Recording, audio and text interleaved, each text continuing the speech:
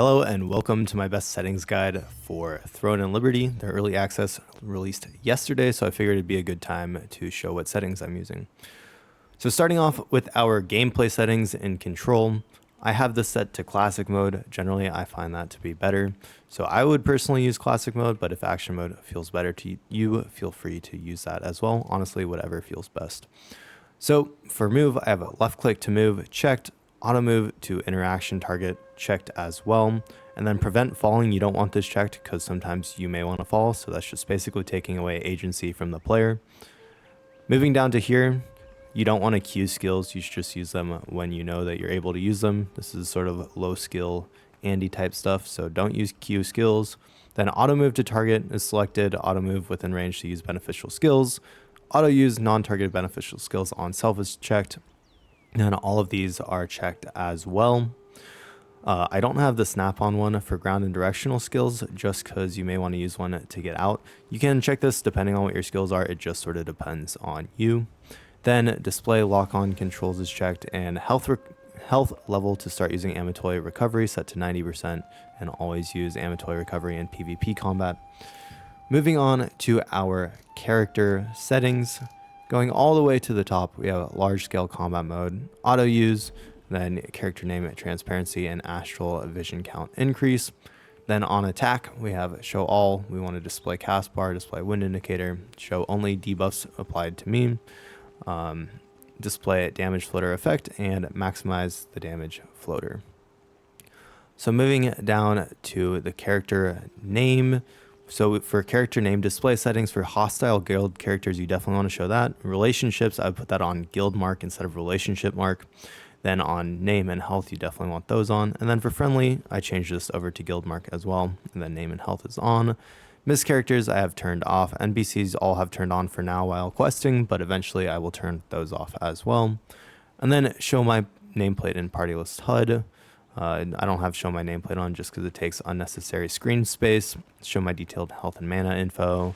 Reveal my equipped weapons. You'll need this for partying up with people. And yeah, so moving on to our targeting settings. So these are the best targeting settings. So you want to do search by order of priority, and then priority 3 and priority 4 for hostile guild and feud players. You can set feud players, so other people that you know you want to kill first in large scale PvP, you can set them to feud players, and this will help you target them first. Moving on from there, for auto target when attacking, this allows you to auto target with mouse over when attacking without a target. So when attacking in classic mode, there is no selected target. This setting will automatically select the target the mouse cursor is pointing at.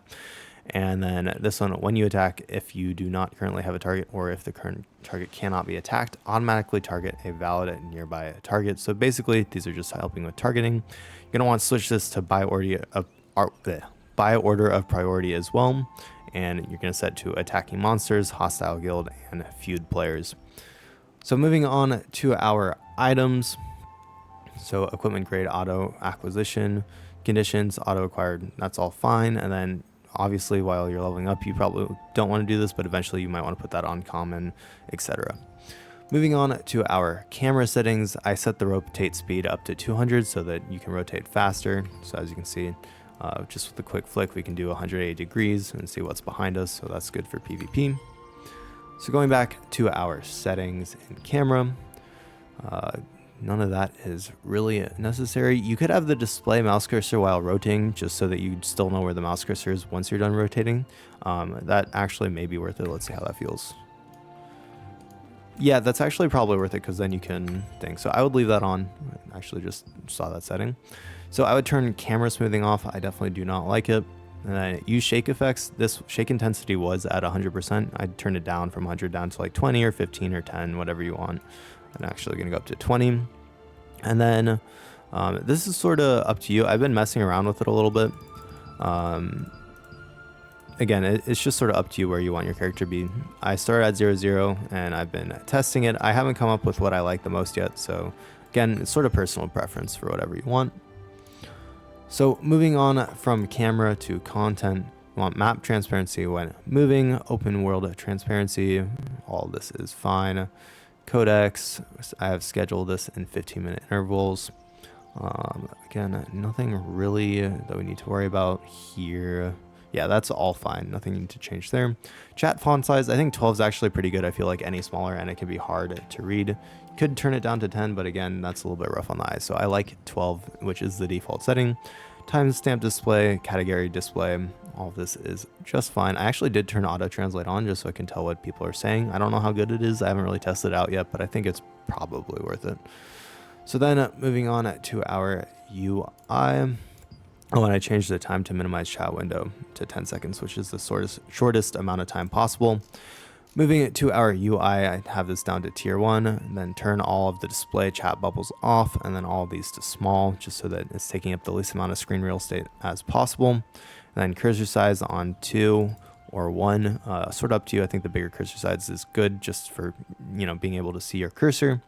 Then at contrast, I didn't change anything there. Tooltips, I changed the display delay down to 0 for both of these. And I also turned off the display HUD quick slot tooltips in combat because you shouldn't be reading your skills in combat. And then finally, I didn't change anything in language and time. Notifications, turned on the player attack notification, especially on background in case I'm like alt tabbed or whatever, to 60 seconds, which is the longest interval. Same with the health notifications, it has a sound, and then I put it at 30%. This will change depending on your class, so this is just preliminary. Again, I'll change that later to a different amount. Basically, it's whatever your one shot is. So then moving on to our inventory, have that off, community off, content. Siege Warfare is on, I may turn that off eventually, we'll see. Graphics, moving on to the top, nothing really here to see. My brightness is set to 0.6. My frame rate limit's set to 144. Again, you could set it up higher. It's totally up to you. Maybe I'll even set it to 165. So moving on from here, vertical sync, definitely turn that off. Quality for right now, if you're in a big PvP, you may want to change it to ultra performance. I don't have AMD, so I can't help you with that.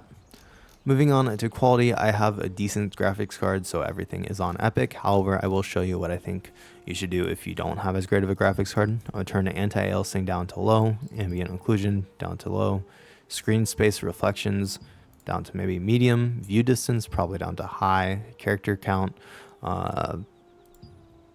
medium probably, post-processing low, character quality, you can leave them high probably, that's fine. Shading quality, I turned that down. Then shadow quality, definitely down.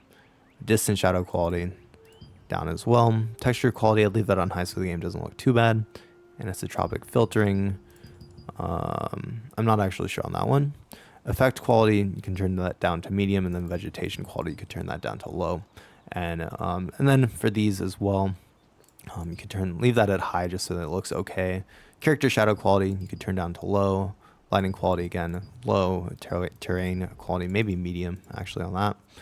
And clouds definitely down, fog down. Shader preloading, that's actually probably fine on high. And then optimize large scale combat and use DirectX 12. So that's what I would do if you are having issues. I would definitely turn depth of field off, motion blur off, chromatic aberration off, and lens flare off as well. Those are the settings I would use if you're having issues, but personally I'm not, so I'm gonna auto settings it back on to the Epic just so the game looks good. I am confused as to why I can't change those right now, but I'm not gonna worry about it for right now. Anyways, moving on to sound.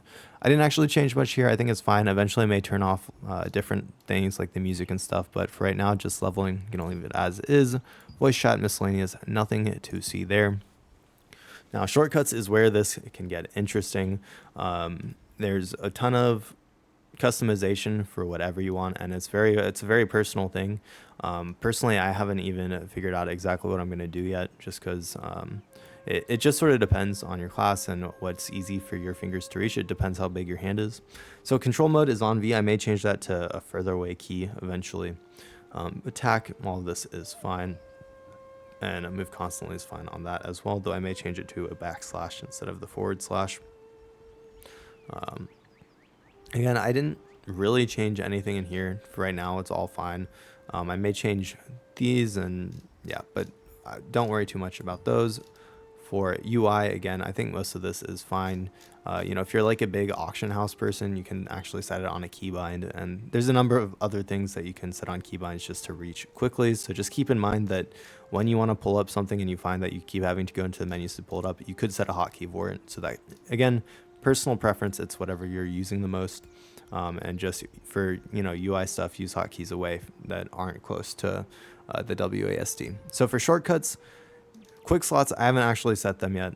Personally, I would go up to like 4, 5, or 6, somewhere in there on the numbers, and then I would switch to using mouse buttons, using ZXC, V, and using like F and G and stuff like that. And if you can reach the F1, F2, F3 keys like that, you could also set those onto quick slots.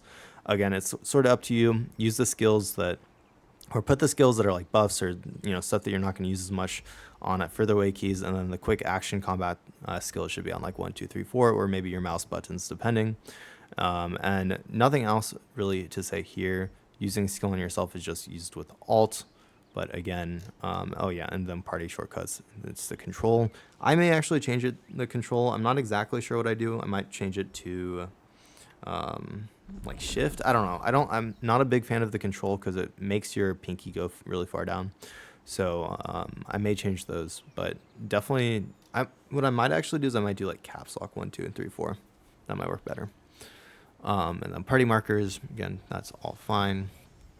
So for features, nothing really to see there. That's just, general things. Accessibility, again, I didn't change anything in accessibility at all. You actually have a second camera rotation speed, so it's the same settings, I'd assume. Content, blood effects, you can change that down if you want, but nothing too much there. And then info. So anyways, that is my best settings guide for Throne and Liberty. I'll definitely update it eventually once I have tested some more stuff out, and I'll just give you like my full what I ended up doing. But just because the game is new, that is what I'm starting out with. And yeah, anyways, I hope y'all enjoyed and found this helpful. Let me know what you think in the comments below. Thank you so much for watching, and I'll have some guides coming out later this week, so feel free to catch those as well. And yeah, thank you so much for watching, and I'll see you next time.